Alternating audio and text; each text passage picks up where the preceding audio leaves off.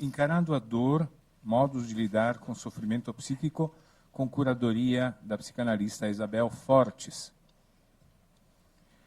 No programa de hoje, encerraremos o módulo do mês de agosto com a psicanalista, Regina Herzog, falando sobre o tema É preciso enfrentar a dor, diferentes modos, ontem e hoje.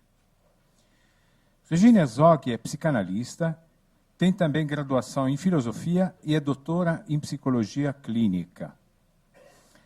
Atualmente é professora associada da Universidade Federal do Rio de Janeiro.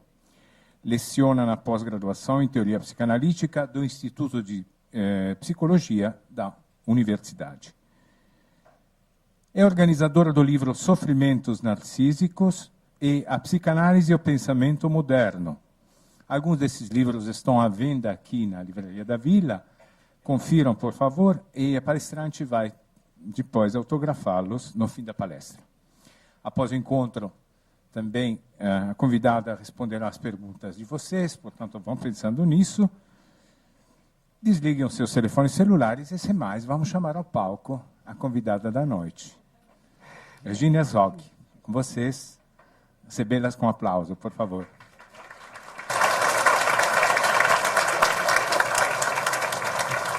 Obrigada.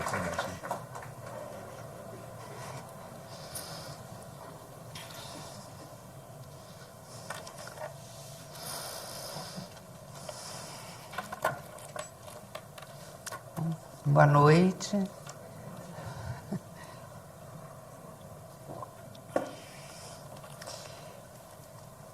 Eu gostaria, antes de começar, agradecer ao CPFL Cultura, ao Café Filosófico e à curadora desse ciclo de palestras, que é a Isabel Fortes, que eu tive a oportunidade de assistir às outras palestras, né? E fiquei assim bastante impressionada, né, com o nível e com enfim, as perguntas, né? Enfim, fiquei muito contente e estou muito contente de estar fechando esse ciclo, né? O título, acho que o Giancarlo já disse, né, de qual vai ser a minha palestra. Precisa enfrentar a dor, diferentes modos, ontem e hoje. Eu ainda estou me acostumando com o som, tá? Que eu ainda não estou me reconhecendo aqui nesse som, mas enfim.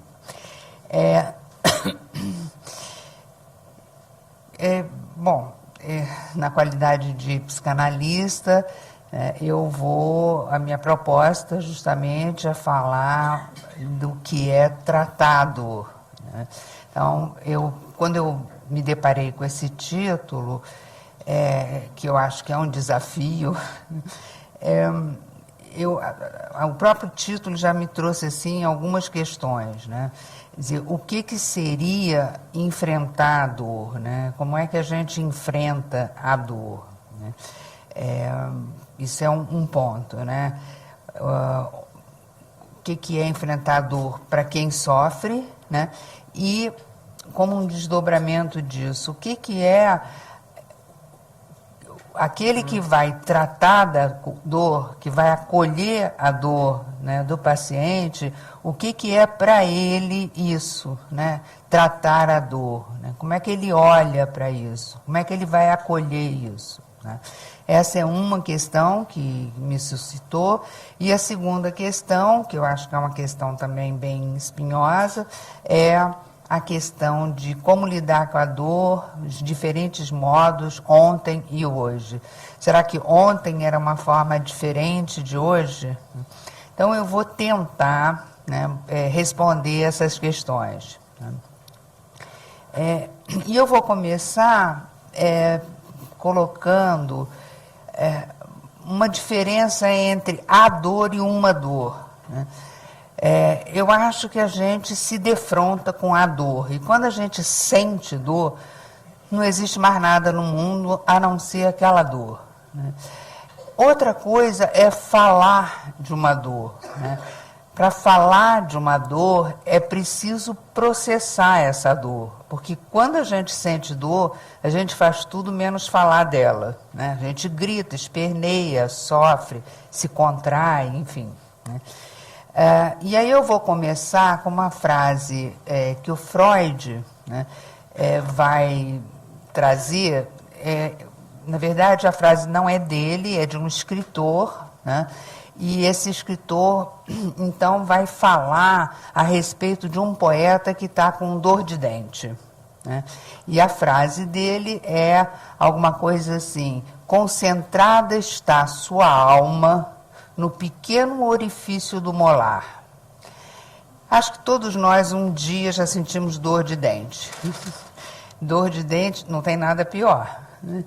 Dor de dente é aquilo que nos tira do sério, né? Quando a gente tem uma dor de dente, eu acho que é isso que ele está tentando dizer aqui, quando você é atormentado por uma dor de dente, você desinveste tudo que está a seu redor.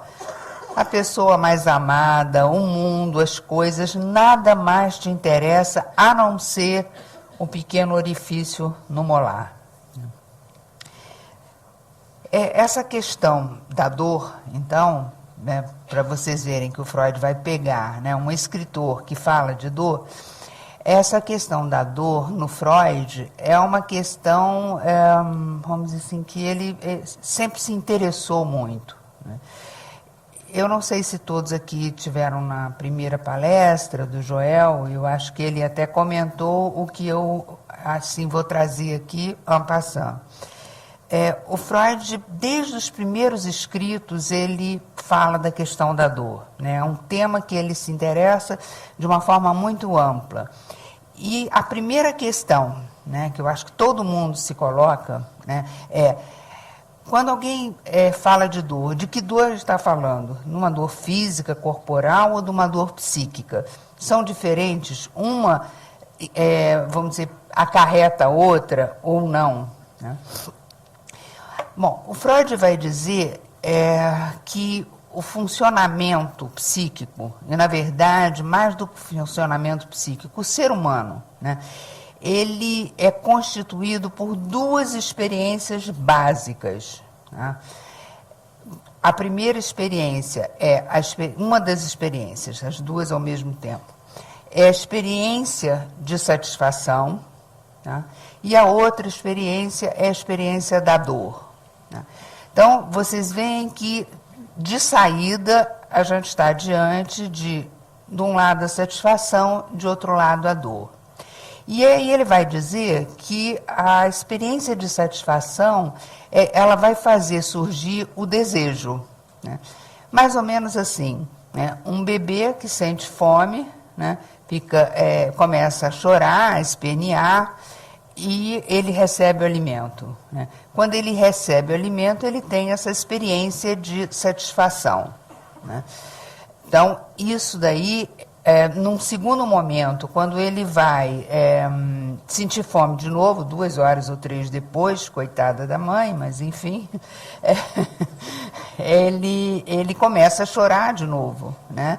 Porque ele não tem como, com os próprios recursos, né, se satisfazer. Então, ele precisa do outro para que ele se satisfaça, né? Isso é o desejo, né? Então, o desejo é esse impulso em busca da satisfação, tá? Então, nesse sentido, eu acho que eu poderia dizer que o desejo é vida, né?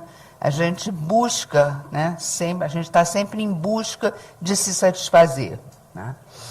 Em contrapartida, a experiência de dor, né, ela vai fazer surgir aquilo que o Freud chama de afeto.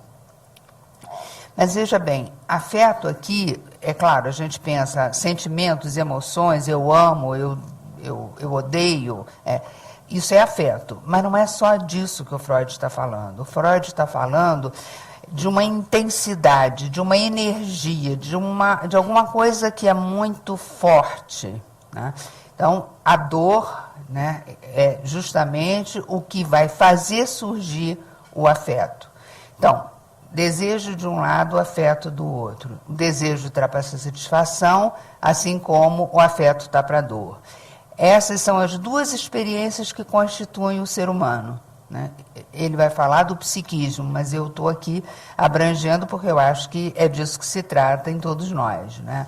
Vivemos querendo buscar a satisfação de um lado e evitar as dores do outro, né? É isso que a gente passa pela vida tentando dar conta disso, né?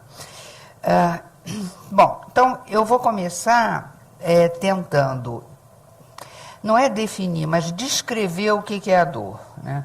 Então vamos ver se a gente consegue assim algumas descrições que deem uma ideia do que eu estou entendendo como dor, né?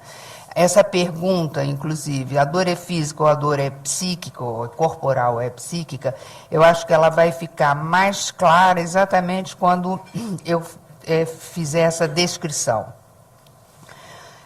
O que é a dor? A dor é um fenômeno de ruptura, é um rompimento, né? Quer dizer, é uma quantidade de excitação extremamente excessiva, né? Muito excessiva, que vai romper alguma coisa. Eu acho que o exemplo assim, clássico, né? Vamos pegar assim bem no chão, né? Um ferro quente colocado na pele, né? Ele vai romper, né? A epiderme, né? Então, o que a dor faz ela rompe, ela separa, ela fica no limite, né? Entre o objeto que está, vamos dizer assim, incidindo sobre a pele, no nosso exemplo, e a própria pele, né? Então, ela esgarça a pele, ela separa. Né? Então, ela se dá justamente no limite entre dois campos, né? Isso é a dor. Né? Quer dizer, é uma descrição simples que serve para uma dor física ou para uma dor psíquica, né? É aquilo que rompe, né? E rompe um dispositivo de proteção, uma barreira que todos nós temos, né? Fisicamente é mais fácil, né? Porque a gente pensa é uma agressão no tecido, uma agressão num órgão interno, né? É mais fácil. Psiquicamente, eu diria assim, é alguma coisa que desorganiza o aparelho psíquico. Ele fica completamente perturbado, né? Desregrado, né? Então, o aparelho psíquico que costuma funcionar normalmente, né? Quando ele vamos dizer, abalroado, né? Por uma grande quantidade de excitação, ele fica desregulado, né? Então, isso pode ocorrer entre o corpo e o psiquismo, entre o eu e o outro, né? Quando a gente é extremamente agressivo com o outro, a gente também rompe alguma coisa, né? No outro, né? Entre o interno e o externo, e entre o funcionamento psíquico regular, regulado, e esse desregramento, né? Eu acho que isso dá bem a ideia de que não se trata, não importa se a dor é física ou psíquica, se é corporal ou psíquica, né? Quer dizer, é claro que importa, eu não quero desfazer nem de uma dor corporal efetiva, quebrar um pé, né? Dói, né? Nem de uma dor psíquica efetiva, dor de perder alguém, por exemplo, né? Mas, como descrição, trata-se da mesma coisa, é um rompimento, é uma separação, tá? É uma violência, né? É disso que se trata. Mais vamos dizer assim, mais um aspecto, tá?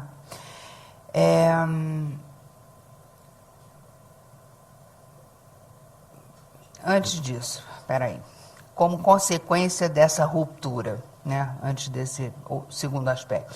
Como consequência dessa ruptura, o que vai acontecer? Uma descarga, né? Quer dizer, você vai tentar se livrar da dor, né? Assim como um ferro quente no braço vai fazer com que a gente retire o braço, né? É o arco reflexo, né? Assim também, psiquicamente, se você é ferido, né? Você é invadido por uma grande quantidade de excitação, de afeto, né, você vai repudiar isso, você vai querer se ver livre disso, né? Então, essa descarga, ela vem sob a forma de uma comoção, né? Pode ser um grito, pode ser uma contração, pode ser, enfim, pode ser uma implosão e pode ser uma explosão, né? Então, dor é violência, né? Dor viola alguma coisa, né? Pegando aqui o exemplo da dor de dente, né? O que é que o Freud também está falando ali com relação à dor de dente, né? Quando você tem uma dor no molar, né, todo o teu, como é que eu posso dizer, todo o seu investimento, toda a sua energia se volta para o dente, né? Então, o que você faz? É o que ele está dizendo. Toda a sua alma fica concentrada dentro do orifício do molar, né? Ou seja, você desinveste tudo à sua volta, né, e investe tudo em você. Freud vai chamar isso de investimento narcísico, né? Então, o investimento narcísico é um investimento que você faz para dentro, né?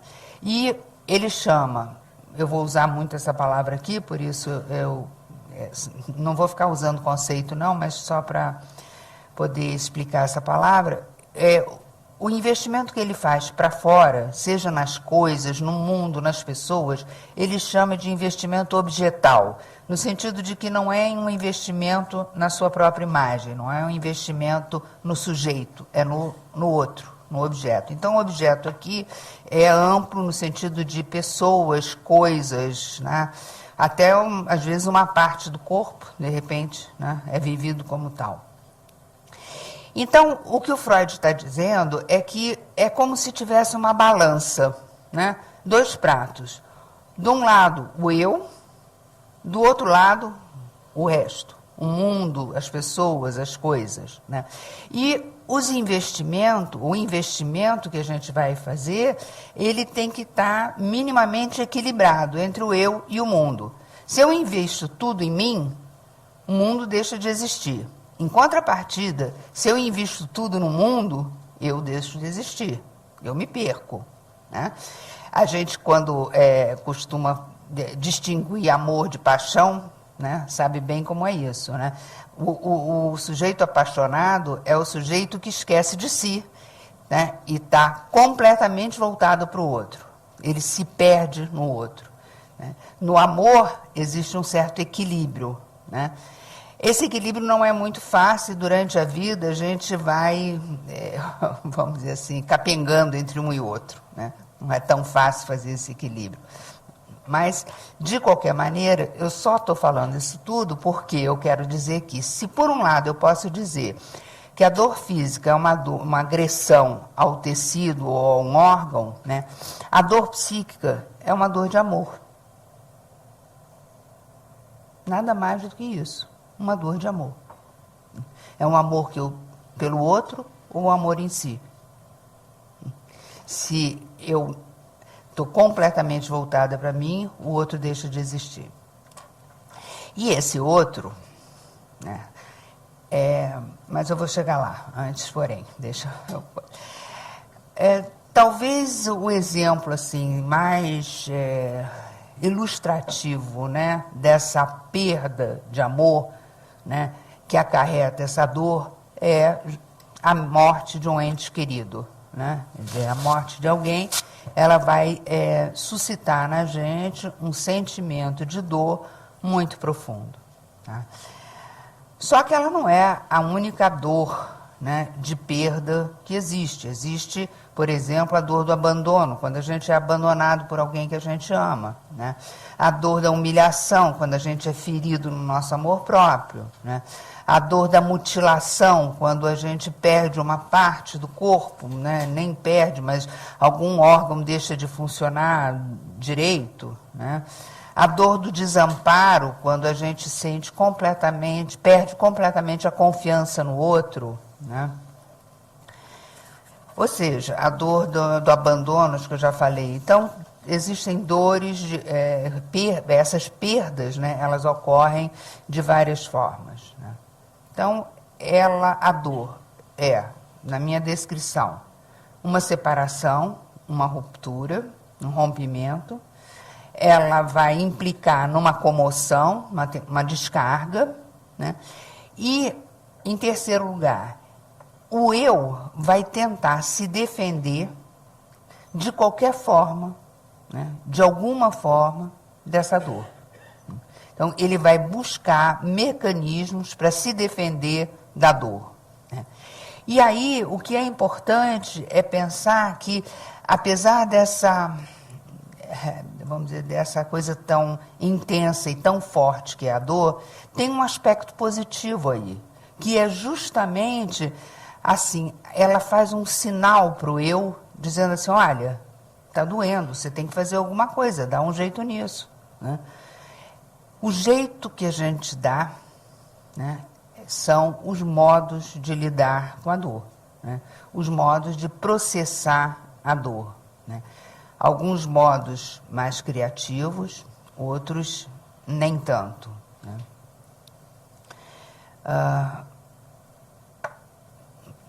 Essa descrição, que é básica, dá bem a ideia de como a gente funciona regularmente, né? O que acontece com a gente? Nós somos excitados, digamos assim, né? Por um estímulo, seja de fora, seja de dentro. No caso do bebê, lá na experiência de satisfação, é a fome que leva ele a querer, né, o alimento, né? Mas o mundo externo também traz uma série de exigências para a gente, né? O que a gente busca quando a gente é excitado, né? Essa energia, né, nos atinge. A gente busca descarregar. Isso provoca uma tensão e a gente busca descarregar essa tensão. Então, o que eu posso dizer é alguma coisa assim estranha, mas o aumento de tensão gera um desprazer. A redução da tensão, através da descarga, vai gerar prazer. Só existe uma exceção a isso: tensão sexual. Porque o aumento de tensão sexual gera prazer e não desprazer. Essa é a única exceção. De resto, é assim que funciona. Então, o desejo é aquilo que nos impulsiona, que faz com que a gente busque a satisfação. E, para isso, vou tomar o que eu estava começando a dizer lá atrás, a gente vai se dirigir ao mundo, né? Por quê? Justamente porque nós não temos, né, nossos próprios recursos para dar conta dessa satisfação. O protótipo é o bebê, né? Quer dizer, os seres humanos são seres, vamos dizer assim, que vivem numa situação de desamparo. Eles não é que eles sejam desamparados, mas eles vivem numa situação de desamparo, porque eles precisam do outro para poder se satisfazer. Eles precisam investir no outro para poder se satisfazer, né? Pegando esse exemplo do bebê com a nutrição, tá? Ou seja, o outro para o ser humano é uma necessidade vital.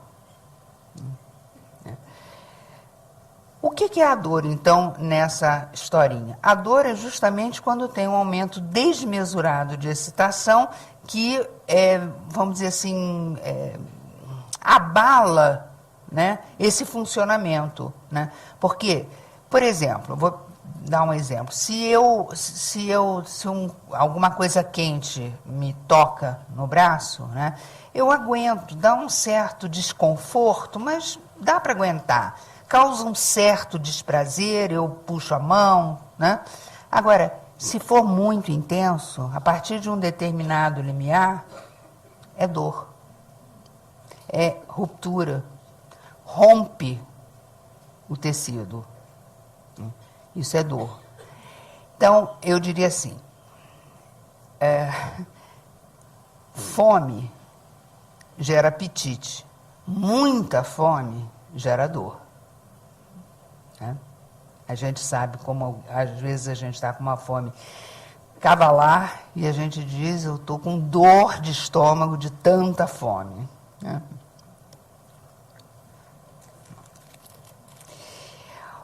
Isso nos faz dizer o seguinte: se eu preciso do outro, se eu necessito do outro para satisfazer, Freud tem uma frase que eu acho assim primorosa, eu vou textualmente ler. Tá? Ele diz assim: nunca estamos tão mal protegidos contra o sofrimento, tá? Como quando amamos. Ou seja, quanto mais se ama, mais se sofre. Por quê? Porque a gente fica com muito medo de perder o outro. Né? A gente precisa do outro.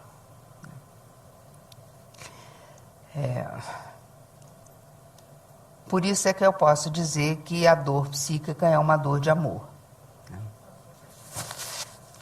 E é isso que faz com que muita gente, né, por medo de perder o outro, costuma dizer assim, acho melhor evitar de amar.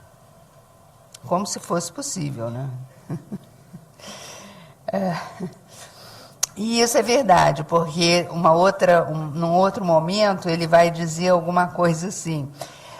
É claro que um egoísmo forte, né, a pessoa ser egoísta, é uma proteção, né, contra o adoecer. A gente se cuida, a gente, né, não come determinadas coisas. Né?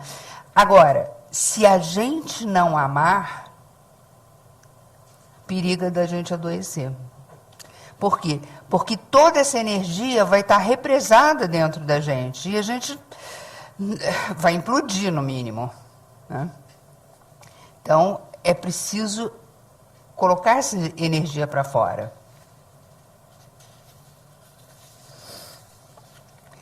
E isso é muitas vezes o que acontece, né, no luto. Né? No luto, a experiência do luto é uma experiência onde você perde um ente amado, né, e você tenta fixar a imagem desse ente a qualquer preço, né, porque você não quer perder, né, esse ente. Né. E quando você faz isso, você desinveste todo o resto. Então, todo o resto fica desinvestido. Você, inclusive, se desinveste de você próprio. Né? Tentando segurar, né, aquela ausência de alguma forma. Isso seria um luto, vamos dizer assim, anormal. Né? Num luto normal, evidentemente que você quer fixar essa imagem, evidentemente que você quer manter essa imagem dentro do conjunto, né, das suas representações. Mas é preciso que você, pouco a pouco, né, desinvista da pessoa, né, para poder redistribuir aquele investimento, aquela energia para outras coisas. Né? Então, isso é um processo lento, né? Mas é um processo necessário. Tanto esse desinvestimento em si próprio, como esse superinvestimento, né, na imagem do outro, vão gerar dor. Mais uma coisa sobre isso.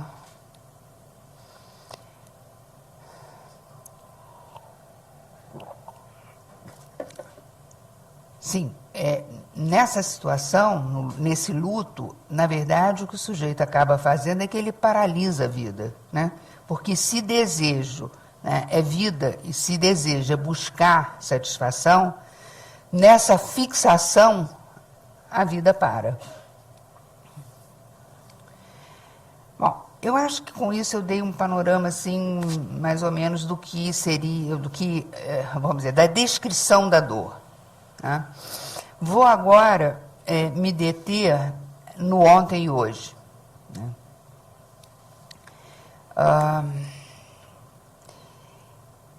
Essa descrição da dor, ela vale para qualquer época, para o ser humano, né? De uma forma geral. Tá? Agora, entre isso, dizer isso, né, e dizer que é a mesma dor que se sente ontem e hoje, tem aí uma certa diferença. Primeiro porque nós mesmos, né, no percurso, ao longo da nossa vida, vamos sentir dor de formas as mais diferentes, né? Tem momentos da gente onde a gente está muito mais vulnerável do que outros, né? Estou deixando cair isso toda hora. A gente tem outros momentos onde a gente suporta a dor, né, com mais galhardia, né? E a mesma coisa acontece em épocas diferentes, em culturas diferentes, né? Tem culturas que suportam a dor de uma determinada forma ou processam a dor de uma determinada forma e outras de outra. Então, eu diria assim, que, na verdade, as culturas, né, as diversas culturas, as diversas épocas, elas fazem uma certa moldura no modo, na forma como a gente vai processar a dor, né? Então, por isso, existem diferenças, tá? Quer dizer, os modos de processar a dor são diferentes, tá? Eu vou, assim, situar ontem e hoje, para a gente até... Mas estou situando, assim, de uma forma meia tosca, mas, enfim. Digamos assim, ontem, eu diria que a gente estaria falando do final do século XIX, início do século XX, né? E hoje a gente estaria falando a partir da Segunda Guerra Mundial, né? A partir dos anos 50, do século XX, aonde, de fato, a gente vai se deparar com transformações significativas em todos os níveis, né? Econômicos, sociais, culturais, enfim, em vários, tecnológicos, né? Então, existem muitas mudanças, né? Nós realmente somos privilegiados em termos de mudança. Se é bom ou se é ruim, não importa, mas, de fato, nós somos privilegiados nesse sentido, né? Estamos, assim, diante de mudanças vertiginosas, tá? Então, pegando esse ser humano lá do final do século XIX, começo do século XX, como é que o mundo é concebido de uma determinada forma, né? E os seres humanos, os sujeitos também são concebidos de uma determinada forma, né? O sujeito dessa época é um sujeito autorreflexivo, um sujeito que tem uma interioridade, um sujeito que tem uma vida privada, né, além da vida pública, né? É um sujeito que está inserido, sim, né, na sociedade, na cultura, mas ele tem instituições sólidas, né? O governo, a igreja, a escola, são todas instituições sólidas que, vamos dizer assim, eu poderia dizer assim, que ditam as normas, né, as regras, né, de um bom convívio em sociedade. Esse é o sujeito do final do século XIX, né? Um sujeito que tem os seus segredos, se sente super amparado, né, por essa sociedade, né, que reconhece ele desde que ele, vamos dizer assim, obedeça as regras, as normas, né? Esse é o sujeito de ontem, digamos assim. Estou forçando um pouco a barra, mas enfim. E essas regras, essas normas vão dizer o que o sujeito deve fazer e o que o sujeito não deve fazer, né? E desde que, se você obedecer às leis, você vai ser amparado por elas, e se você não obedecer, você vai ser punido por elas, né? Hoje em dia as coisas não estão bem assim, mas a gente chega lá. Vou explicar melhor. Na verdade, esse sujeito, como o Freud falou, e como todo sujeito, ele tem desejos, buscar satisfação, e afetos, evitar as dores, né? Agora, ele também tem deveres e ele também tem proibições, né? É isso que o final do século XIX dá para ele, E ele vai precisar renunciar a determinados desejos que venham a bater de frente com o entorno, né? Então, ele vai ter que, novamente, né, tentar um certo equilíbrio entre o que ele pode, de fato, fazer e aquilo que é proibido. Então, eu diria que ele está numa balança entre o desejo de um lado e a proibição do outro, né? Quer dizer, ele não pode ter acesso ao proibido. E o que era o conflito psíquico nessa época, que o Freud descreve tão bem, com vários casos clínicos, etc.? É justamente um conflito entre desejo e proibição. É disso que se trata, né? É um embate entre... O Freud vai, acho que todos conhecem, ele vai descrever, né, o desejo como, basicamente, um desejo infantil, inconsciente, né? E que tem a ver, né, com o desejo pela mãe, né? O famoso Édipo, que todo mundo conhece, né? Na verdade, ele está referido justamente àquela ideia de que a mãe, ou enfim, é quem nutriu ele, é quem deu a ele a primeira experiência de satisfação, né? E ele vai buscar vida fora, né, essa repetição dessa experiência. Então, ele deseja a mãe, né, e, claro, que ele quer se descartar do rival, do pior rival dele, que é o pai, né? Ora, dois desejos incestuosos, né? Dois desejos proibidos, né? E ele vai ter, então, que se haver com isso. Então, o Freud vai descrever os conflitos psíquicos exatamente em cima disso. Eu estou sendo um pouco rápida nisso, né? Só para poder fazer uma comparação com hoje, tá? Mais do que falar do ontem, né? Não é isso que importa aqui para a gente. Mas, de qualquer maneira, quer dizer, o que interessa para a gente aqui? Eu vou dar um exemplo da histérica, né? A histérica é a privilegiada do Freud. Ele começa a trabalhar, começa a investigar exatamente a partir da histeria, né? Ele fala de um caso de uma moça que deseja, né? Ela ama o cunhado, o marido da irmã, né? Desejo absolutamente proibido, né?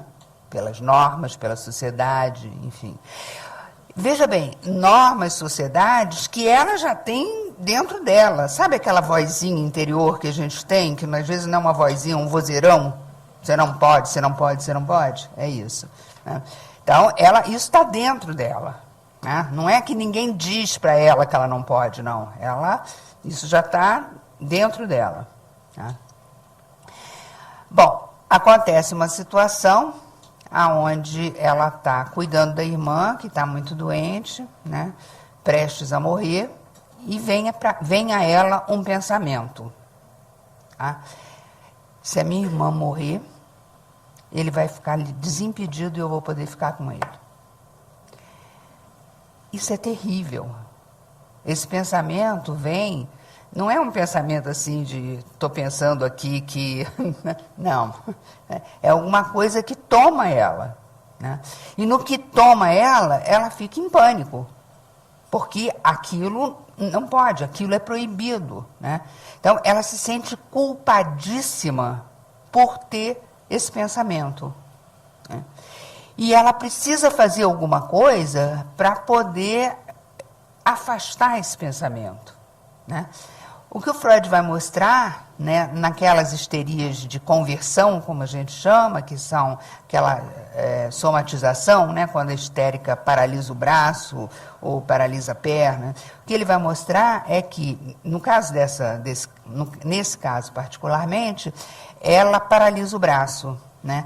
Então, a paralisação do braço, que não é uma lesão, não tem nada a ver com uma lesão anatômica, né?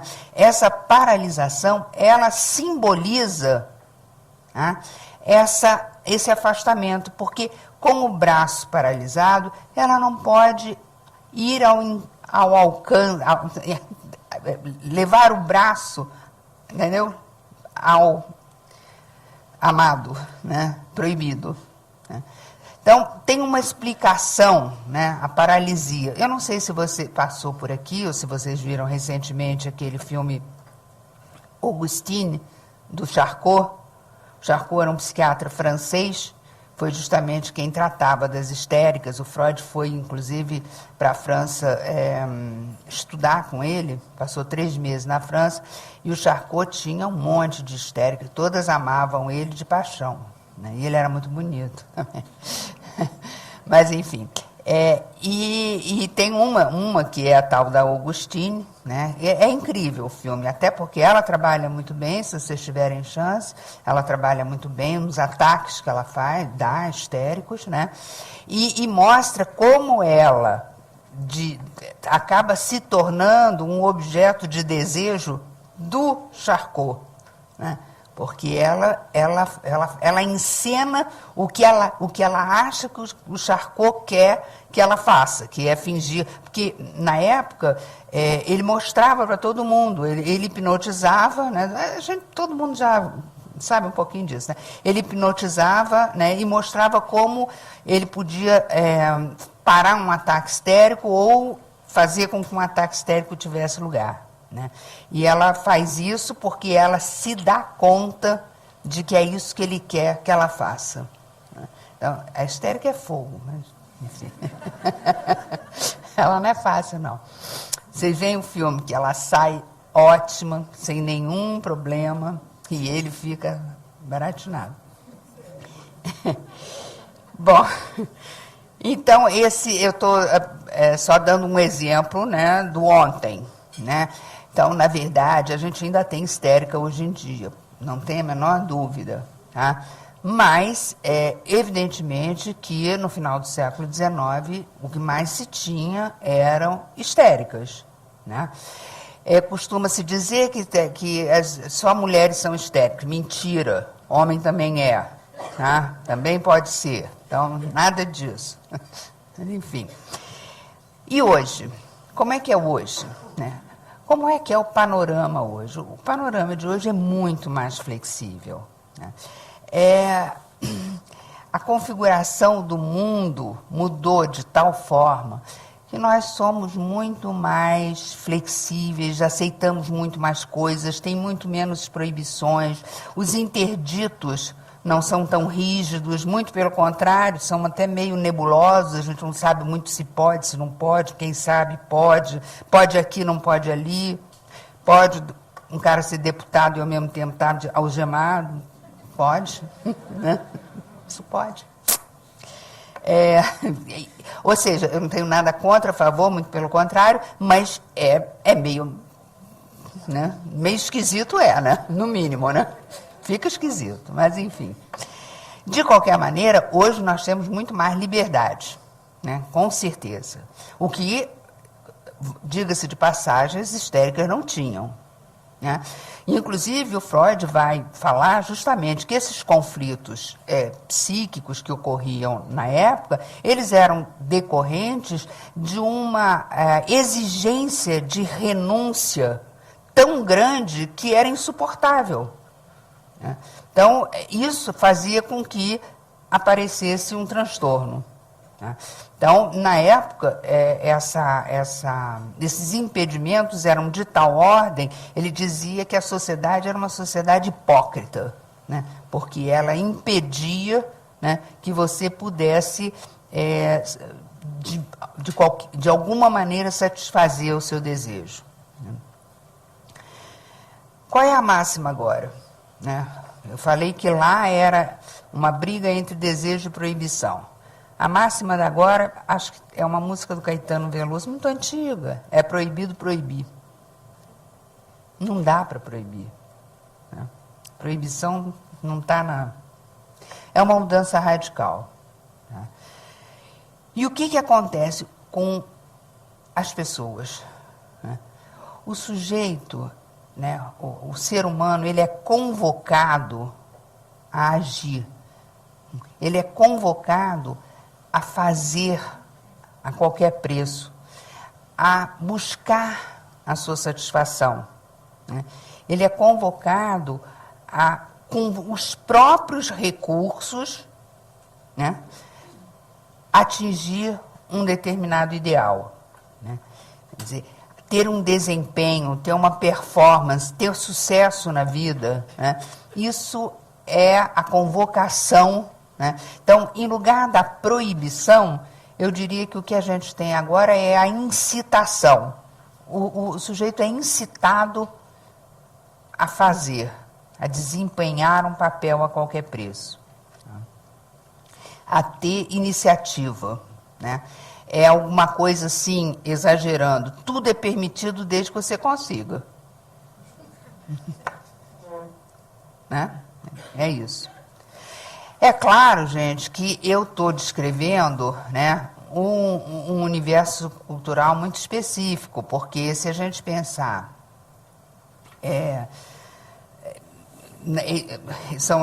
quando eu estava falando do ontem, né, o que acontece ali, o que está muito forte ali?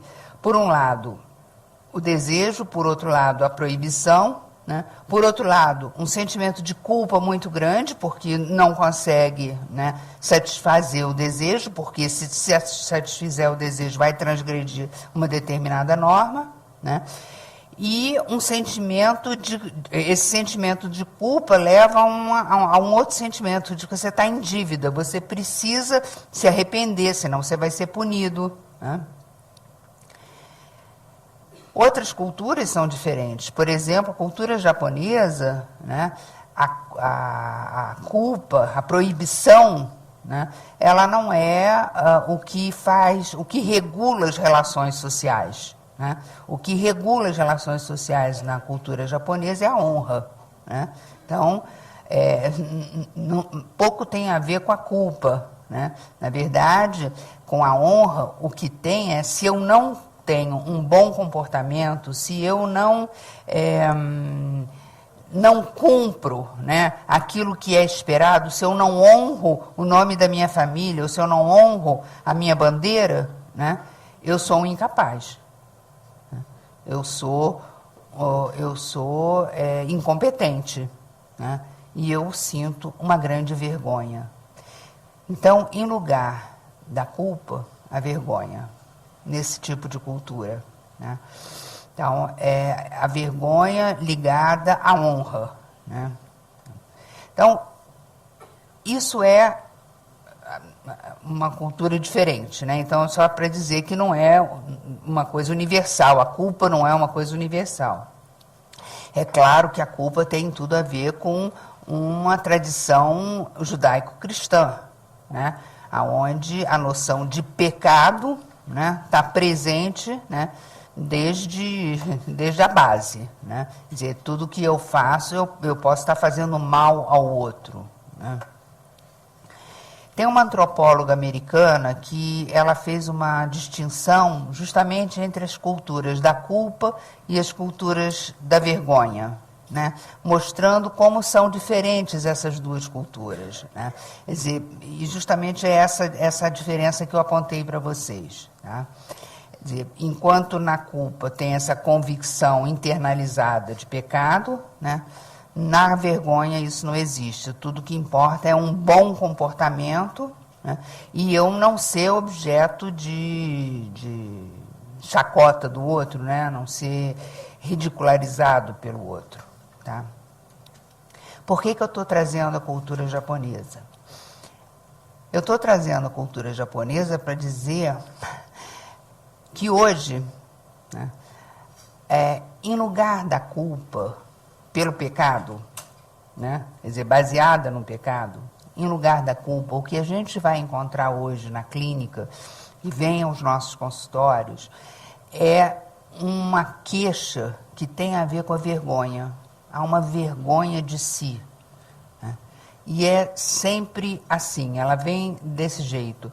Eu sou muito tímido, eu não consigo fazer nada, eu não consigo nem sair na rua. Né? Tem casos, eu faço parte, eu coordeno junto com colegas, um núcleo de pesquisa onde a gente atende alguns pacientes do Instituto de Psiquiatria, né, e mesmo lá do Instituto de Psicologia, e você tem casos que são impressionantes. A pessoa não consegue vir para o atendimento se não vier alguém com ela, porque ela não consegue chegar no ponto de ônibus, é assim que ela descreve, não consegue chegar no ponto de ônibus e levantar o braço para pedir, para chamar o ônibus. É impossível isso para ela, né? Esse caso eu estou contando porque isso está reportado nos livros, então não é um caso, é um caso que pode ser contado. Essa pessoa precisava vir com outra, né? E se a outra dissesse que não ia chamar o ônibus, ela não vinha. Ela não conseguia tocar, apertar no ônibus para poder descer. O nível de timidez é esse, né? Em 2001, a Associação Psiquiátrica Americana reportou que uma em cada 8 pessoas tinha uma queixa de timidez patológica. Eu estou chamando de timidez patológica esse tipo de coisa, porque tímido todos nós somos, né? Um pouquinho aqui, um pouquinho ali. Às vezes até a gente é muito efusivo para esconder a timidez. Mas, enfim, que é o meu caso. Mas, então, nos Estados Unidos, em 2001, isso foi considerado, a timidez patológica foi considerado o terceiro lugar, né, de transtorno mais frequente nos Estados Unidos, né? O primeiro lugar era a depressão, o segundo lugar era o alcoolismo e o terceiro lugar era a timidez patológica. Então, para vocês terem uma ideia de como esse sentimento de vergonha, né, uma vergonha de si, está tão prevalente na atualidade. E é incrível porque o que é que a atualidade pede? O que os tempos atuais pedem? Mostre-se, exponha-se, mostre como você é capaz, né? Hoje não existe vida privada, só tem vida pública, né? O Facebook está aí para mostrar para a gente, né?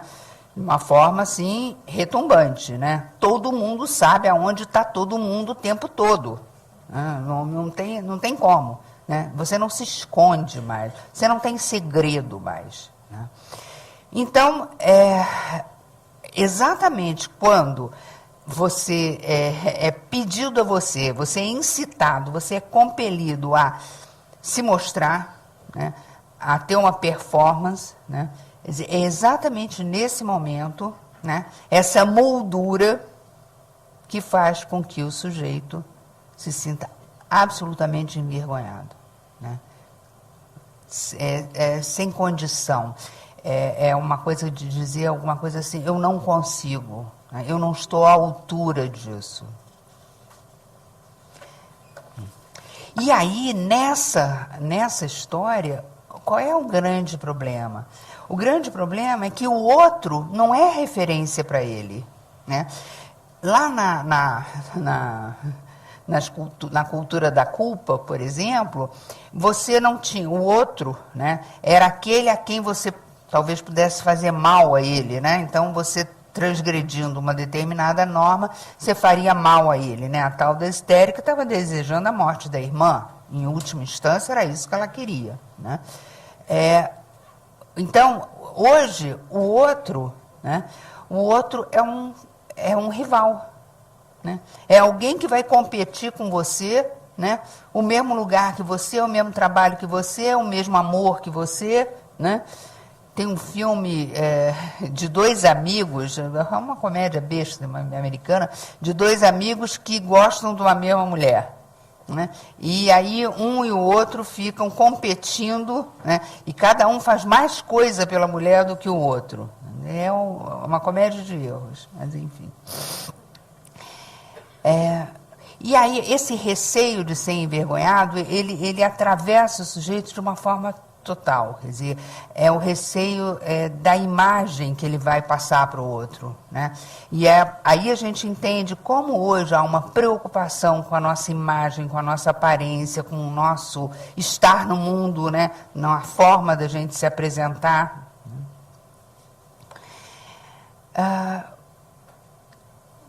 Então, um aspecto que eu vou trazer, né, para, vamos dizer assim, exemplificar um pouco, né, isso que eu estou trazendo, é os transtornos atuais, né? Eu vou falar rapidamente, eu não vou me deter, de repente as perguntas, a gente pode falar um pouquinho mais, mas eu vou falar dos transtornos atuais como algumas formas da gente enfrentar a dor. Tá? Agora, duas coisas que eu gostaria de deixar bem claro antes. Primeiro, esses transtornos atuais não são novos. Não é alguma coisa que nunca teve e agora tem. Né? Timidez, vamos dizer assim, os transtornos atuais, depressão, síndrome do pânico, compulsão, isso sempre existiu. O que existe é que hoje isso está prevalente. Hoje isso veio para a superfície com mais frequência. Né? Assim como a histérica vem para a superfície com mais frequência lá atrás, quando a sociedade hipócrita exige dela uma renúncia a todos os desejos dela, né? Hoje esses transtornos eles vêm para a superfície, eles vêm à tona, porque existe uma moldura que permite... Tá? Bom, esse é um ponto. O segundo ponto que eu acho muito importante, né, e que eu acho que a gente tem uma certa tendência a isso, é valorar negativamente o hoje. Né? Então, uma nostalgia do passado, como se no passado tudo fosse muito melhor, agora a gente está completamente degradado, depravado. Gente, sofrimento sempre houve. Mesmo lá atrás, né, com todas as garantias, com sempre alguém dizendo o que é para ser dito, o que não é para ser dito, também tinha sofrimento. Então, não dá para a gente dizer essas transformações. Olha a que ponto chegamos, né? É o que se diz, né? E olha a que ponto chegamos, essa evolução, né, levou o ser humano a isso. Né? Nós somos dejeto, praticamente. Né? A única coisa que, de fato, hoje a vergonha é mais prevalente, agora a culpa também está presente. Né? Não é a culpa pelo pecado, né, que eu posso cometer, né? Mas é a culpa de ser. Eu sou um fracassado. Né? Com relação ao deprimido, né, eu vou falar um pouco adiante, mas eu não sei se vocês já notaram que a palavra loser, né, um perdedor, é quase um xingamento hoje em dia. Né? Você é um perdedor, você é um loser. Né? É uma forma de xingamento nos Estados Unidos. Então, tem essa culpa de ser. Não é a culpa de ter cometido um pecado, mas é a culpa de não estar à altura. Né?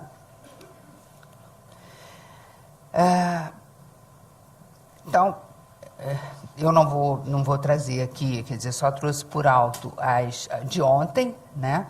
Quer dizer, aquilo que o Freud chamava de psiconeuroses, que eram a fobia, que é ou histeria de angústia, histeria de conversão, que é a histérica somatizando, e a neurose obsessiva. São as três principais, os três principais transtornos, né, quadros que o Freud traz. Né?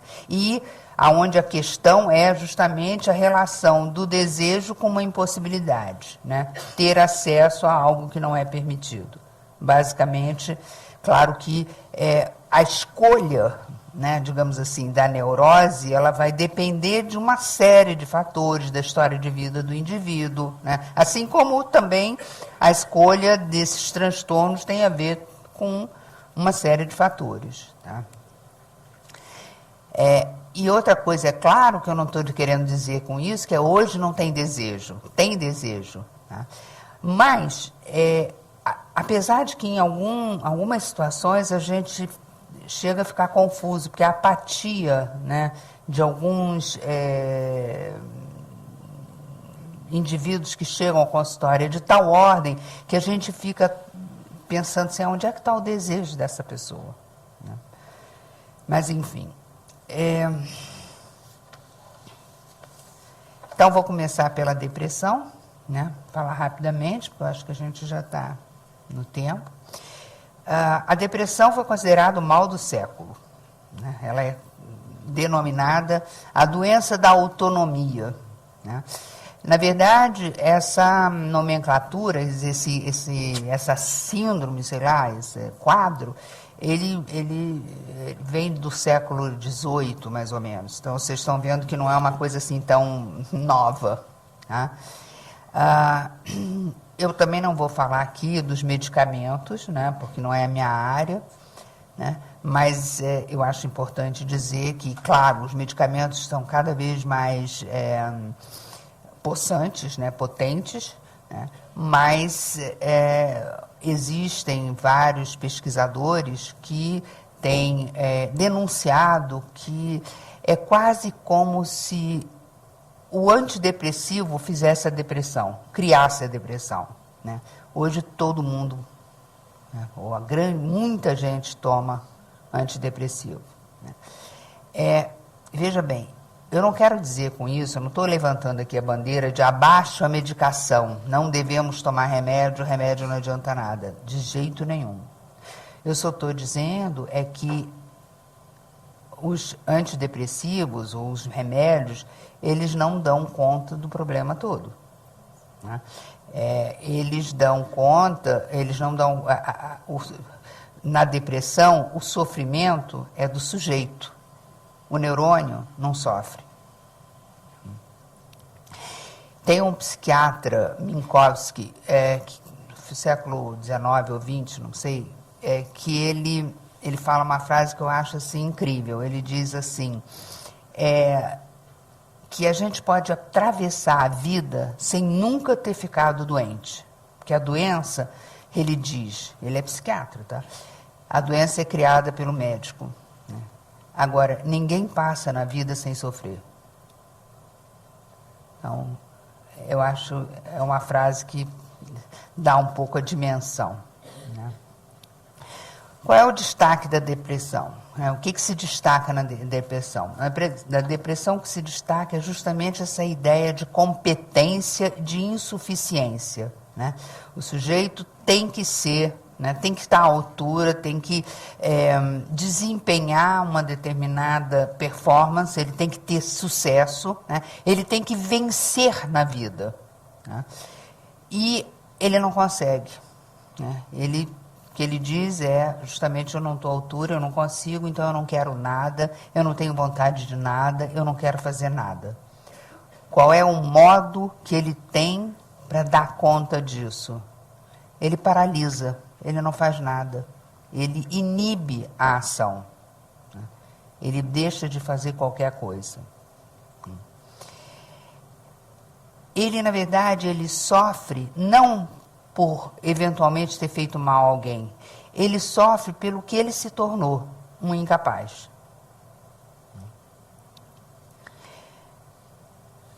Então, o deprimido não é aquele que agiu mal, é aquele que não pôde agir, ele não conseguiu agir.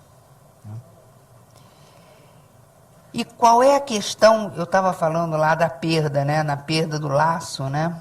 Qual é a questão do deprimido? É justamente isso, ele perde, ele não tem referência, ele não tem para quem olhar, né? E esse olhar nunca é reconfortador, né? Esse olhar nunca ampara ele. Tá?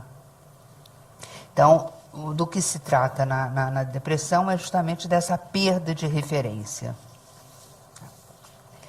Compulsão. Outra coisa que sempre existiu. Tá? Não é novidade, Mas hoje em dia não se fala de outra coisa. É compulsão de beber, é compulsão de comer, compulsão de droga, compulsão de consumo. E, para completar, né, aqueles transtornos obsessivos compulsivos, os famosos TOC. Né? Isso, estava conversando ali com a aluna, ela disse que nunca viu tanta gente com TOC. O que é a compulsão? Eu diria que a compulsão é a contraface da depressão. Enquanto a depressão paralisa, é a inibição da ação, a compulsão é a ação imediata, sem pensamento, ir direto, é você ser... A descrição, né, que muitos pacientes fazem é assim, é uma força que eu não sei de onde vem e que me faz ter que fazer uma determinada coisa. Eu não tenho como não fazer. É assim que é descrita a compulsão. Tá? Então, são atos impulsivos destituídos de qualquer pensamento, não tem um pensamento, não tem uma lógica. Se você perguntar, mas por que você tem que fechar e abrir a porta 100 vezes? Não sei. Eu tenho que fazer isso. Por que você tem que lavar a mão? Não sei, ela vai ficar suja, eu tenho que lavar. E não só lava a mão, como tem que ter muitos sabonetes, porque a cada lavada é com sabonete diferente. Que o sabonete que você lavou a mão suja. Então você tem que botar de lado e pegar outro sabonete. É vivido com muita dor. Muita dor. Existe, quer dizer, a gente fala de compulsão, por exemplo, compulsão de comer. Né? Não tem prazer, não tem fome. Não. A compulsão de comer é um ato de devoração. A pessoa devora, ela não tem nada a ver com fome, com vontade de comer, com desejo, com ser gostoso ou deixar de ser gostoso. Né? Parece que o que ficou de fora ali, por isso que eu digo, é o desejo, que o desejo não aparece ali naquela história. Né? Bom, é difícil a gente fazer uma diferença entre obsessões e compulsões. Né? Todo mundo pergunta isso, a diferença é sutil, às vezes é muito confuso. Eu procuro dizer que as obsessões teriam mais a ver com pensamentos que invadem a mente do sujeito. Né? E as compulsões teriam a ver mais com comportamento, né? Com um ato impulsivo. Agora, muitas vezes uma coisa leva a outra, uma coisa, né? Porque vem um pensamento ruim, né? Eu preciso então fazer uma coisa para eu anular esse pensamento. Então você tem um comportamento compulsivo para anular o pensamento. Então é muito difícil você distinguir uma coisa de outra. Às vezes consegue. Às vezes você vai de fato encontrar, principalmente no toque, compulsões só como comportamento repetitivo. Né? Lava a mão, lava a mão, lava a mão. Tá? Bom, temas de compulsão e de obsessão, vários, né? Pensamentos religiosos, pensamentos sexuais, essa coisa de lavar a mão na compulsão, a coisa de ficar contando as luzezinhas que estão ali sem parar, enfim, colecionar, né? O obsessivo é um colecionador. Né? Ele está sempre colecionando, organizando as coisas, ordenando as coisas direitinho. O último transtorno para trazer para vocês, síndrome do pânico, também todo mundo conhece. Né? Como que é a síndrome do pânico? A síndrome do pânico se caracteriza por um ataque súbito, né? Intenso, que gera um desconforto terrível, uma sensação de que alguma coisa catastrófica vai acontecer, tipo, a pessoa vai morrer, enfim. Né? e é acompanhado por sintomas tanto somáticos quanto cognitivos, do tipo angústia, falta de ar, sudorese, sensação de desmaio, despersonalização, a pessoa não sabe mais quem ela é, tem medo, tem a sensação de que vai enlouquecer, né? São vários os sintomas, são repertoriados no DSM, pelo menos 13 sintomas. A síndrome do pânico, ela é atual.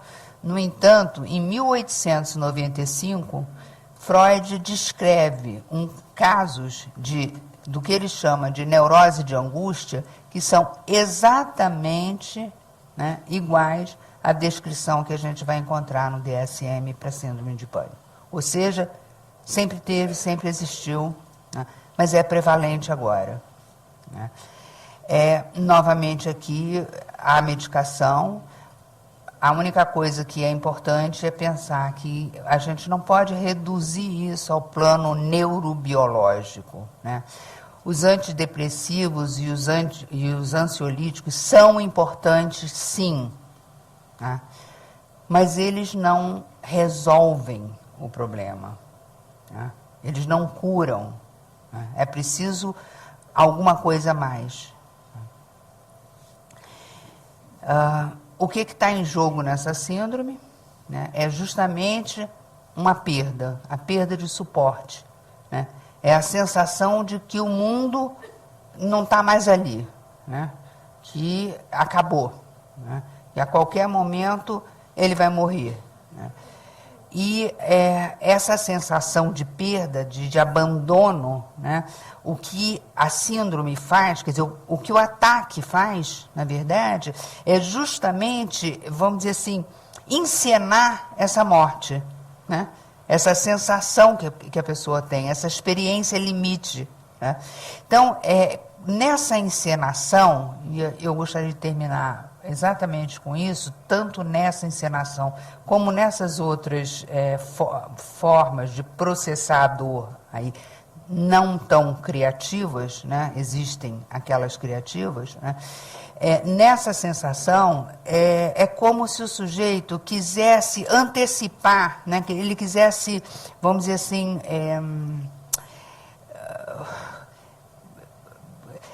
como é que eu posso falar? No que ele tem essa experiência de morte, né? Porque a gente diria assim, pô, mas se você sente isso como uma morte, por que você vai ter um ataque, né? Mas é porque com esse ataque é como se ele quisesse dominar esse trauma, né? Essa dor intensa, né? Ou seja, o que ele está fazendo quando ele tem o ataque de pânico, né, é justamente lutando pela vida, né?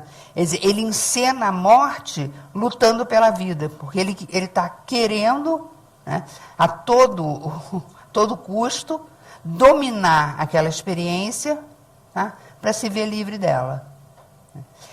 Ou seja, qualquer dessas formas de processar a dor, né, que chegam ao consultório, né, elas precisam ser acolhidas. O psicólogo ou o psicanalista, ou mesmo o médico, né, mesmo aquele que dá o remédio, ele precisa acolher essa dor, né, para fazer com que, em algum momento, né, essa compulsão deixe de ser compulsão, para que ele possa falar daquela dor, né, daquela sensação de abandono, daquela perda, né, de referência, que é o que caracteriza basicamente todos esses transtornos, né, na contemporaneidade. Obrigado.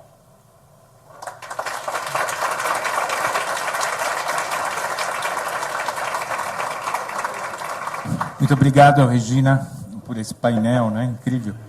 Lembrei de uma frase de um escritor, fez lembrar uma frase de Oscar Wilde, que ele diz que nós, nessa vida, estamos praticamente ensaiando uma peça com papéis para os quais nunca fomos preparados, né? É como se fosse um ensaio geral que nos surpreende toda hora. Obrigado por esse painel do passado, da proibição até o atual, a incitação atual. Então, passamos agora para as perguntas. Portanto, quem quiser fazer perguntas, levante a mão, será atendido. Aguardem só um segundo que a câmera chegue até vocês, mas vamos dar início à pergunta pela nossa curadora, que já preparou uma pergunta para você. Então, com Isabel Fortes, deixou tem uma gravação para você, da Isabel.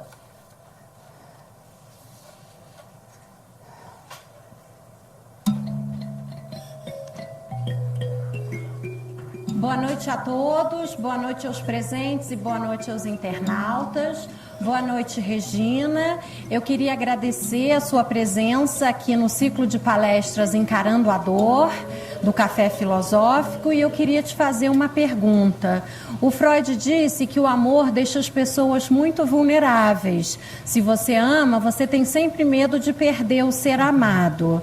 E eu queria te fazer essa pergunta: por que o amor é fonte de dor?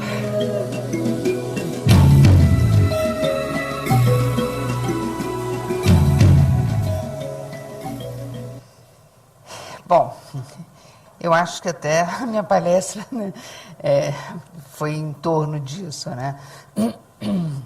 Justamente esse medo que a gente tem, né, de perder o amor, ele tem a ver com a necessidade, basicamente vital, né, do outro, né? Nós precisamos do outro, nós não podemos viver sem o outro, nós não temos recursos próprios para dar conta, né, dos nossos anseios, das nossas necessidades.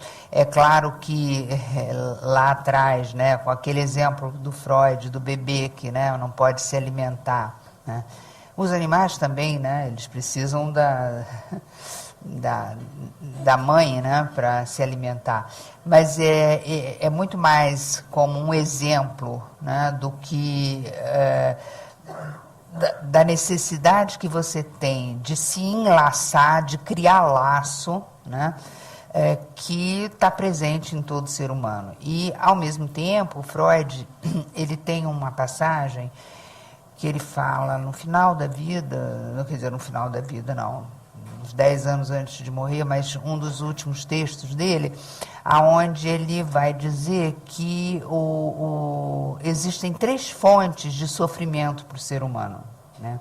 A primeira fonte é o fato de que todos vão morrer, né?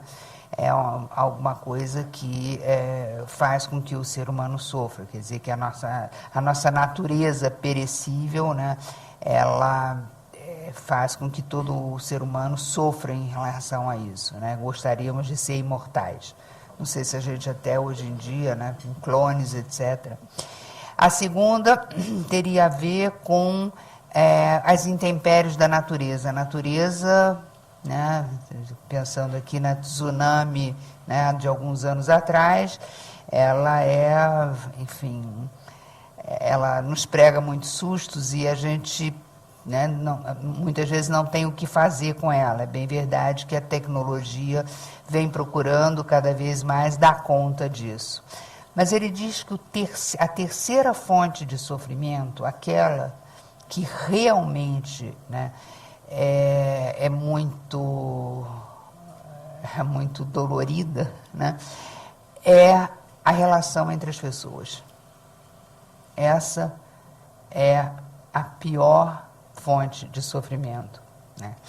E aí, o que ele vai dizer é que cada um vai ter que escolher, né, uma forma de lidar com o outro, né, aonde ele possa, vamos dizer assim, processar essa dificuldade, né, esse sofrimento, nessa relação com o outro, porque o outro é imprescindível, ele não pode abrir mão disso. E aí eu lembro, Freud lembra disso também, de uma parábola do Schopenhauer, né, dos porcos-espinhos, né, dizendo que os porcos-espinhos, no inverno, eles precisam se juntar, se aproximar, para não morrer de frio, né? Mas no que eles se juntam, eles se alfinetam, né? E aí eles precisam se separar. Então, é como se fosse isso que acontecesse com a gente, né? A gente vai juntando, mas tem um momento onde não dá mais. E aí a gente fica nesse jogo, né? Por isso que o amor é dor. Não sei se eu respondi para a Isabel.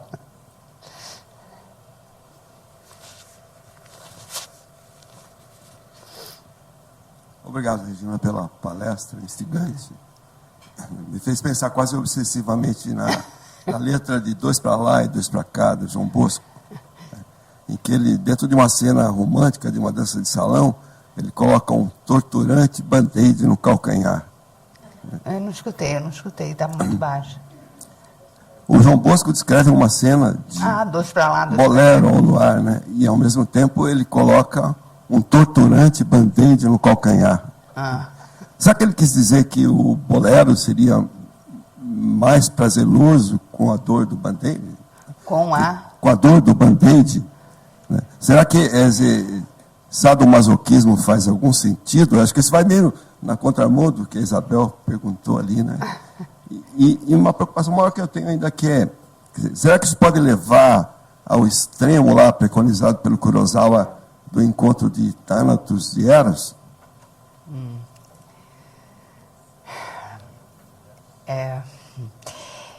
Eu acho que esses extremos, né, que você fala, eles estão presentes o tempo todo, né? Então, a gente tem que lidar com esses extremos, né? A gente não pode virar a cara para isso, né? Se esconder disso, né?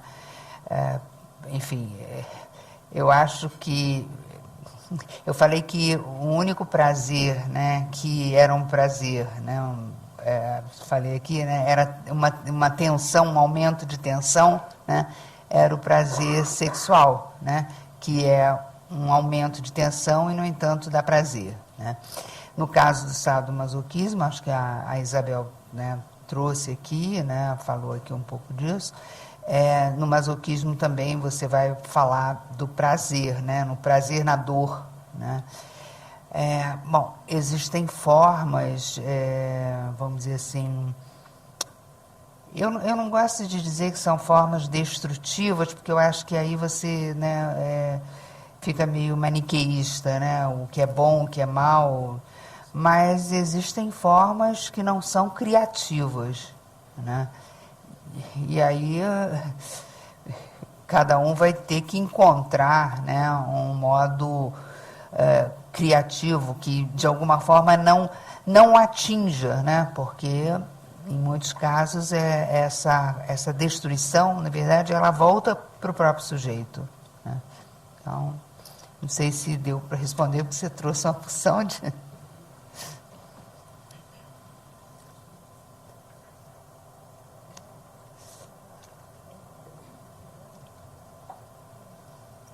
Boa noite. Boa noite. Me chamo Felipe, sou natural de Campinas, né? Gostaria de perguntar o seguinte, sobre o término de um relacionamento amoroso. Na opinião da senhora, é melhor a pessoa enfrentar, já com o término do namoro, pensar nos bons momentos, enfrentar aquilo chorando, para que aquilo canse logo e ela possa viver em paz, pensando que não vai ter um retorno, né? Ou, vagarosamente, ela vai tentando esquecer, sair com os amigos, etc. Ou não existe resposta certa, depende de cada pessoa. Não, eu quero te dizer o seguinte, essa dor, né, essa dor do abandono, eu falei aqui, né, dor a gente não esquece. Então, eu acho que, claro, um grande amor, né, eu acho que é disso que você está falando, né, um grande amor faz uma marca, né? E essa marca, ela pode ser, vamos dizer assim, reativada, né, em várias situações, né? Então, a grande questão quer dizer, é claro que cada um vai escolher uma forma de lidar com essa, né, eu não sei se tem um melhor ou um pior, né? Cada um faz do jeito que pode, né, do jeito que dá, né? Mas, evidentemente, que se isso gera um sofrimento, enfim, estúpido, né, excessivo, né, ela realmente vai ter que fazer alguma coisa com isso, ela vai ter que buscar outras formas de lidar com aquele sentimento, não esquecendo, né, porque eu acho que não dá para esquecer, né, eu acho que faz lá uma marquinha, né, e o problema, às vezes, o que acontece às vezes, enfim, é que a gente sai escolhendo os mesmos parceiros, sabe? Sim, a imagem está fixa de tal forma que a gente vai, ó, né? Mas a gente tem que apostar.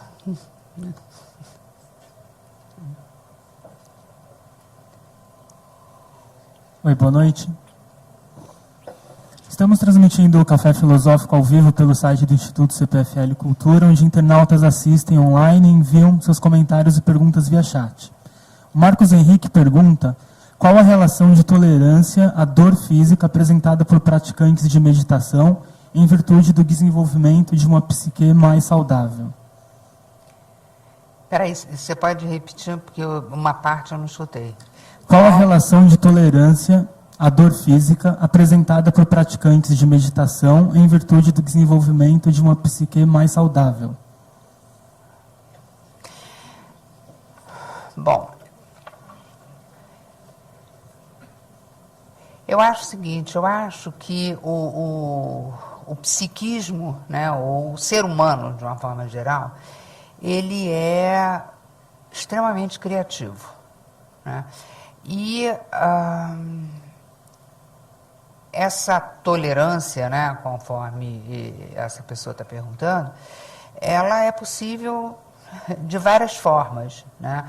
Eu acho que essa é uma delas, né, através da meditação. Eu não conheço essas técnicas, não é uma coisa que eu conheça muito bem, mas eu acredito que seja possível, né? Eu acho que a gente não pode pensar que tratar psicanaliticamente da dor seja a única forma, a única salvação, né?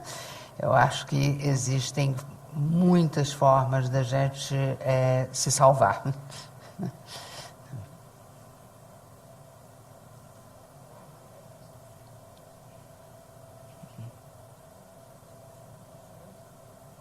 Oi. Eu queria te pedir para você falar um pouquinho desse momento atual que nós estamos vivendo, né? Onde está preponderando um narcisismo muito grande, né? Esse proibir que você falou, essas mudanças tecnológicas tão rápidas, né? Essa exterioridade em detrimento de uma interioridade, né? Uhum. E, quer dizer, o Freud, ele viveu num momento tão diferente, como você esboçou, né, numa certa altura da palestra. Não sei, eu queria que você falasse um pouquinho mais disso, como é que fica esse olhar hoje, com todo esse contexto que eu acho que a gente está tendo que correr atrás para conseguir entender, porque a gente não consegue entender, né, as mudanças nas famílias, na educação, os adolescentes, todo mundo no Facebook, né? Todo mundo, a questão da vergonha que você falou, eu acho que tem muito a ver com a censura também, né?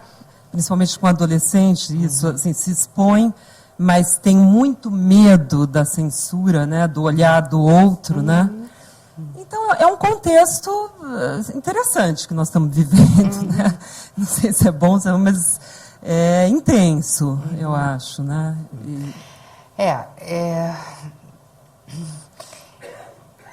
Eu não sei se na tua pergunta, peraí, mas eu fiquei pensando quando você estava perguntando assim, bom, afinal Freud viveu numa época tão diferente, né, da nossa, né?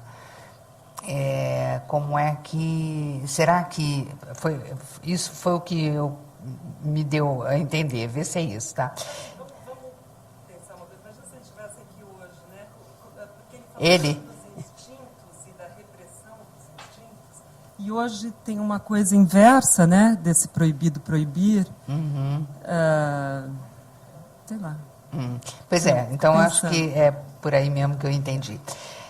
Porque eu acho que essa é uma grande questão, né? É uma grande questão para quem pratica, né, inclusive a psicanálise, né?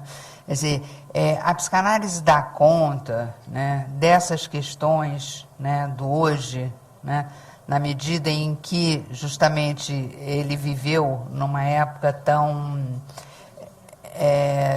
diferente dessa, né? Bom, eu tenho uma posição com relação a isso, tá? Quer dizer, quando eu mostrei, né, aqui, seja na compulsão, seja na síndrome do pânico, seja nas próprias fobias, né? O Freud trabalha com fobia, né? Ele tem um caso que ele conta, que ele atende, o famoso caso Homem dos Ratos. Em todos esses casos, né, o que eu procurei mostrar foi justamente que, eu diria assim, que o Freud está além do seu tempo, né? Tá bom, eu sou uma defensora convicta, tá? Mas eu acho mesmo, quer dizer, quando eu digo para você assim, que em 1895 ele faz um quadro que é exatamente a síndrome do pânico, o que é isso, né? É claro que a cultura é diferente, né? Mas eu acho que justamente quando ele faz essa descrição, tá, dessas psiconeuroses, e ele faz essa descrição da repressão e dos instintos ou da pulsão, né, ele está fazendo uma descrição do momento que ele está vivendo, né? Ele é como se ele estivesse assim denunciando, olha aí, olha o que está acontecendo, tá? Aí ele chega a dizer, né, ele tem inclusive um texto chamado Moral Sexual Civilizada e a Doença dos Tempos Modernos. Olha o título, tá? Bom, e ele chega a dizer o seguinte, que nessa época, ele chega a dizer o seguinte, olha, se as proibições não forem tão proibitivas, né, o homem tem possibilidade de não ficar doente, né? A tal da doença nervosa. Ele fala isso ele fala em 1913, 12, não me lembro.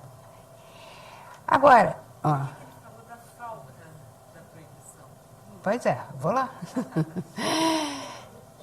Só que o Freud, ele vai complexificando o pensamento dele, né? Não é que ele muda de pensamento, não. Ele complexifica, tá? E quando chega em 1929, ele escreve um texto chamado Mal-Estar na Civilização, né? Então, olha a diferença, né? Em Mal-Estar na Civilização, ele diz assim, não adianta, mesmo que não se proíba, o sofrimento vai estar lá. É quando ele vai falar de pulsão de morte, né? É quando ele vai falar que é inerente ao ser humano, né, essa condição. Então, o que eu estou querendo dizer com isso? Que, na verdade, eu acho que essas transformações, ele não ficaria tão chocado, entendeu? Ele não ficaria assim tão chocado com isso. Porque em 1929, porque ele passa a Primeira Guerra e ele passa a Segunda Guerra, né? Lembrem-se, né? Ele vai morrer em no início da Segunda Guerra, 1939, mais ou menos, né? Quando ele é obrigado a sair, né, da Áustria para Londres. Então, ele, depois da Primeira Guerra, ele se dá conta, ele diz, não é possível, né? Ele chega a dizer, eu acreditava, né, que o ser humano podia ser bom por natureza, mas ele não é. Né? Ele não é nem bom nem mau. Ele quer satisfazer os seus desejos. É isso que ele quer. Como ele vai fazer isso? Como a cultura vai se compor, né, vai fazer essa moldura que eu estou chamando para poder dar conta dessa satisfação? Não importa, entendeu?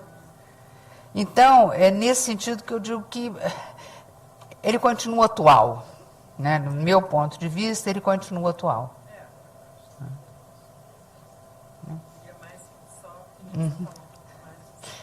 Isso é que eu não quero entrar assim nos conceitos, porque eu acho que também não, né, não é o caso, mas percebe, essa questão da dor, ela está presente na obra dele em vários conceitos, no conceito de pulsão de morte, no conceito de masoquismo, no conceito de narcisismo, né?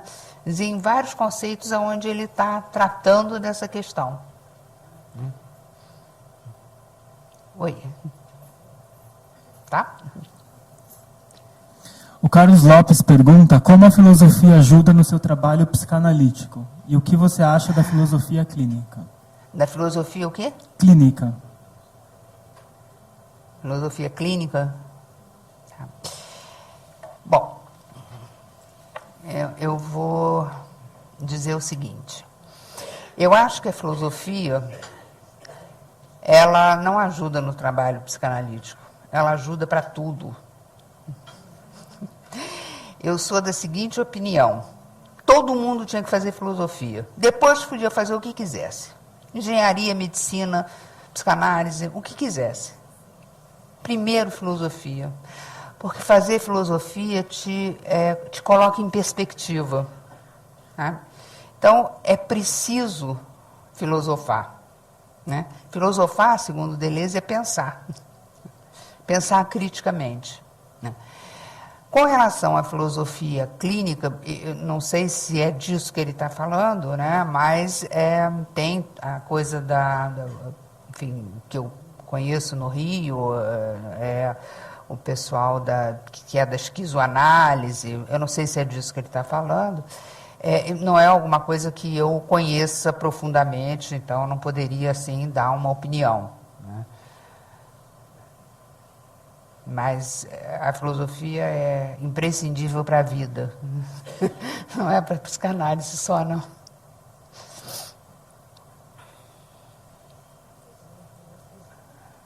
Oi. Boa noite. Meu nome é Leda. Está me ouvindo? Estou. Ótimo. Uma curiosidade só. O ou a bipolar é o histérico ou a histérica de ontem? Sim ou não? Tem sofrimento? Sim ou não? Um exemplo de dor dele, desse exemplo. Nossa, mãe. Que curiosidade, hein? Bom. Tem sofrimento? Sim. Claro que tem sofrimento. O que é o bipolar? Quer dizer, eu não vou ficar aqui descrevendo o bipolar, né? Mas, basicamente, outros nomes dados ao bipolar foi PMD, né? Antigamente. Outro nome dado é o melancólico e com depressivo.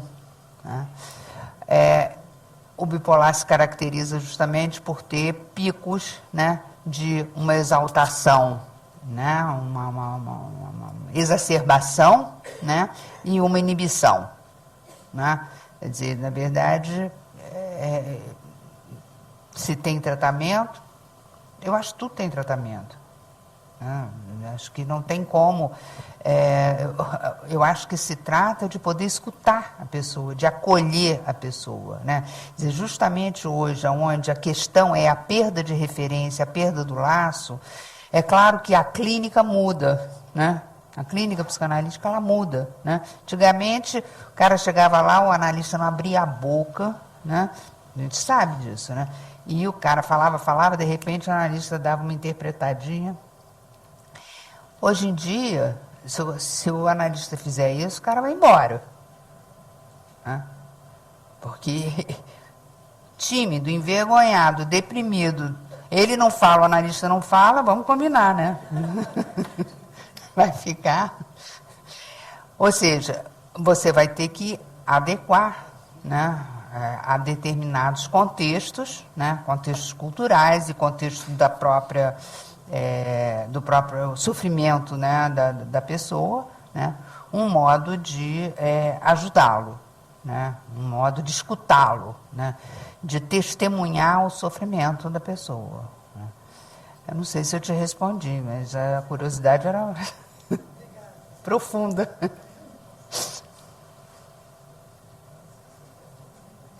Bom, Regina, acredito que não tem mais perguntas. É isso mesmo? Pelo jeito, não tem mais perguntas. Então, encerramos o evento de hoje. Agradecemos muito a sua brilhante palestra e o debate também, muito bem conduzido. Muito obrigado.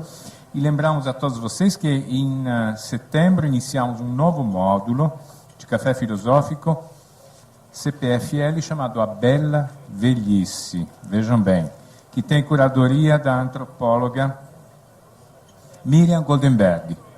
Sexta-feira que vem, dia 6 de setembro, teremos a própria curadora aqui falando sobre o corpo como capital e o envelhecimento na cultura brasileira. No mesmo dia, teremos o lançamento do seu livro aqui, na Livraria da Vila, A Bela Velhice, que será vendido à disposição de vocês. Contamos com a presença de todos vocês. Agradecemos a presença de vocês, mas principalmente da nossa ilustre convidada, a qual gostaríamos de encerrar com um aplauso de agradecimento.